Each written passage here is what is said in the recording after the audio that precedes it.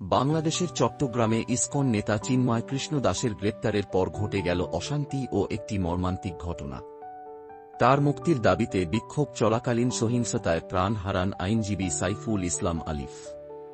ISKCON সদস্যরা চিন্ময় কৃষ্ণ দাসের মুক্তির দাবিতে চট্টগ্রাম আদালত চত্বরে জড়ো হয়, কিন্তু বিক্ষোভ সহিংস রূপ নেয়। আইনজীবী সাইফুল ইসলাম আলিফ বাধা দেওয়ার চেষ্টা করলে তাকে নির্মমভাবে আক্রমণ করা হয়। চট্টগ্রাম মেডিকেল কলেজ হাসপাতালে তিনি মারা যান। কোর্ট এলাকা ছাড়াও সহিংসতা ছড়িয়ে পড়ে।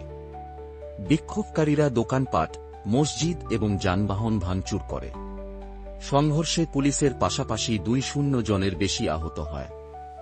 একই সময়ে ইসকন সমর্থকরা মহাসড়ক অবরোধ করে এবং ঢাকার বিভিন্ন শিক্ষা প্রতিষ্ঠানের ছাত্র সংগঠনগুলো এই সহিংসতার প্রতিবাদ জানিয়ে সাইফুল ইসলামের জন্য ন্যায়বিচারের দাবি তোলে।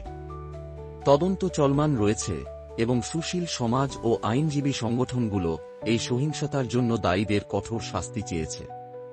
এই ঘটনা শান্তিপূর্ণ আলোচনার প্রয়োজনীয়তার কথা মনে করিয়ে দেয়।